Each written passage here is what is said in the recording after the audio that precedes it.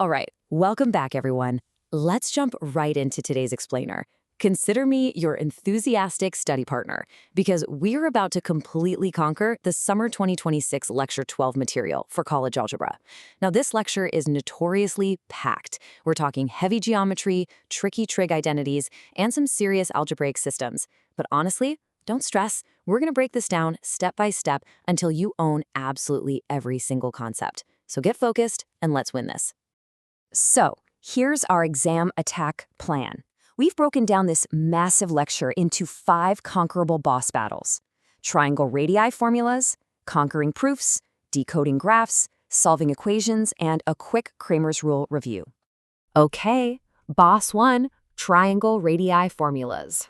This is basically your ultimate cheat sheet, and even if you're just listening, try to visualize these relationships. We've got our half-angle formulas for sine and cosine, which rely heavily on S, that's our semi-perimeter, alongside our standard side lengths A, B, and C. But the real meat for this exam? It's the radii formulas. Capital R for the circumradius equals A times B times C, all divided by 4 times the area, which we call delta. Then you have lowercase r for the inradius, which is just delta divided by S. And notice how the ascribed radii formulas follow this beautifully predictable pattern? It's R1 equals delta over S minus A, R2 is delta over S minus B, and R3 is delta over S minus C. It is a completely logical system once you see the pattern. Now, what do these formulas actually represent in the real world? Well, think of the circumradius, capital R. It connects the very center of the triangle all the way out to the extreme outer points, vertices A, B, and C. Imagine drawing a massive circle that perfectly encompasses the entire triangular shape. That's your circumradius. Contrast that with the inradius, lowercase r. This one is tucked neatly inside. It stretches only from the incenter, the very middle, to the edge of an inner circle that sits completely flush against the 3 inside walls of our triangle. So it's basically the inner core compared to the circumradius's outer boundary. All right, let's look at a practical application. You will absolutely see a question like this on the exam. Find capital R, lowercase r, R1, R2, and R3 when your triangle's side lengths are A equals 10 centimeters, B equals 8 centimeters, and C equals 5 centimeters.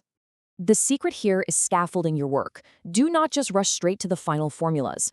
Always find your semi-perimeter S and your area delta first. So step 1, S is simply A plus B plus C divided by 2. That's 10 plus 8 plus 5, which is 23, and divided by 2 gives us an S of 11.5. Step 2, find delta using Harrow's formula, which calculates out to roughly 19.8. And then step 3 is pure substitution. By dividing delta by S, your inradius R is approximately 1.72 centimeters. You literally just repeat this substitution process for all 5 radii and you're done. Moving right along to boss 2, conquering trigonometric proofs. Let's tackle a classic class activity that asks us to prove a specific ratio for an equilateral triangle. It goes like this. If A equals B equals C, then show that the ratio of R1 to capital R to lowercase r is exactly 3 to 2 to 1. This is a brilliant exam question because it really tests if you understand how these formulas interact. Here is exactly how you dismantle it. Step 1, since it's an equilateral triangle, we know A equals B equals C. So just substitute A for everything. Your semi-perimeter S simply becomes 3A over 2. Your area delta, through Harrow's formula, simplifies nicely to A squared times the square root of 3 all over 4. Step 2. Express your radii using those new pieces. R1 becomes A times the square root of 3 over 2. Capital R becomes A root 3 over 3. And lowercase r becomes A root 3 over 6. Step 3 is the magic part. Set them up as a ratio. Because you swapped out B and C for A, and multiply through by a common denominator, that whole complex algebraic mess beautifully collapses down to a perfectly clean 3 to 2 to 1 ratio. Okay, here's another essential exam proof. We need to show that multiplying the inradius, lowercase r, by all 3 ascribed radii, so R1 times R2 times R3, equals the area squared, or delta squared. Listen to how perfectly this one resolves. Step 1, you substitute the definitions. So you're multiplying delta over S times delta over S minus A times delta over S minus B times delta over S minus C. Step 2, multiply straight across the numerators. 4 deltas multiplying together gives us delta to the 4th power, right? Step 3, look closely at your denominator. It's s times s minus a times s minus b times s minus c. If you know your geometry, you instantly recognize that as the inside of Hero's formula, meaning that entire denominator is exactly equal to delta squared. So we have delta to the fourth power in the numerator divided by delta squared in the denominator. And that simplifies perfectly to delta squared, which completely unlocks the proof. All right, boss 3, decoding trig graphs. Let's take a quick mental breather from heavy algebra and just visualize this for a second. Imagine taking the vertical heights, the y value, at every single angle around a unit circle and plotting it on a flat horizontal timeline. At an angle of 0, the height is 0. At pi over 2, or 90 degrees, the height hits its absolute peak at 1. As you trace around the circle, plotting those heights draws a continuous rolling wave. That is exactly where the sine wave comes from. Now, if we compare sine and cosine, we can distinctly see the phase shift. They are the exact same shape, just shifted horizontally. Think about it. The graph of y equals sine of x starts right at 0 on the y-axis and goes up. But the graph of y equals cosine of x, it starts its journey already at its peak, hitting a y value of 1 right when x is 0. Recognizing this starting point difference is absolutely vital for sketching on the exam.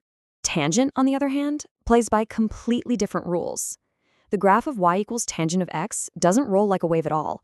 It swoops upward infinitely, and it's broken up by these invisible vertical lines at pi over 2, 3 pi over 2, and so on. Those lines are asymptotes. Because tangent is essentially sine divided by cosine, wherever cosine hits 0, tangent tries to divide by 0, meaning the function just completely breaks and is undefined at those specific points. Okay, boss 4, solving trig equations. We're taking those waves we just talked about and finding exactly where they hit specific values. Look at this example. Solve sine squared theta plus sine theta equals 0. I know this looks like a scary trigonometry problem, but honestly, we just need to treat it like a super basic algebra factoring problem. Just pretend it says x squared plus x equals 0. Here's your attack strategy. Step 1, factor out the common term. Both pieces have a sine theta, so just pull it out to the front. You get sine theta multiplied by the quantity sine theta plus 1 equals 0. Step 2, set each factor to 0, so either sine theta equals 0 or sine theta equals -1. See, by factoring, you split it into two super simple equations. Step 3 is just knowing your unit circle to find the angles. Sine is 0 at 0, pi, and 2 pi. Sine is -1 at 3 pi over 2. Boom, problem solved. Let's level up slightly. Solve cosine theta plus cosine 2 theta plus 1 equals 0. Be careful because this one has a nasty trap. You cannot just add cosine theta and cosine 2 theta together. They are fundamentally different terms because the internal angles are different. The brilliant trick here is swapping in the double angle identity. Step 1, we replace that stubborn cosine 2 theta with its identity, which is 2 cosine squared theta minus 1. Step 2, look at what happens. We have a -1 from our newly placed identity and a +1 at the very end of the original equation. They cancel out entirely. Step 3, we are left with just cosine theta plus 2 cosine squared theta equals 0. And just like our last problem, you factor out the cosine theta, set your individual parts to 0, and read your angles right off the unit circle. And we made it. The final boss. Cramer's rule reveal. Let's test our skills on a 3-variable system. We need to solve this by Cramer's rule. Equation 1 is x plus y equals 9. Equation 2 is y plus z equals 11. Equation 3 is x plus z equals 10. Pay super close attention to the missing variables in each equation here. Equation 1 has no z. Equation 2 has no x. Equation 3 has no y. Those missing letters represent literal zeros in your upcoming matrices, and catching them is critical for getting this right. Let's execute the final sequence. Step 1, set up your 3x3 main determinant, which we'll call D using only the coefficients. Row 1 is 1, 1, 0. Row 2 is 0, 1, 1. Row 3 is 1, 0, 1. Calculate that determinant, and D equals 2. Step 2, find dx, dy, and dz by systematically replacing the corresponding column in your D matrix with your constants, so 9, 11, and 10, and then calculating those new determinants. Those calculate out to 8, 10, and 12 respectively. Step 3, simply divide. X is 8 over 2, which is 4. y is 10 over 2, which is 5, and z is 12 over 2, which is 6. Stay focused, keep practicing those substitutions, and ask yourself, if the underlying math of the universe boils down to these elegant patterns and predictable matrices, what other complex systems in the world can you decode? Catch you on the next explainer.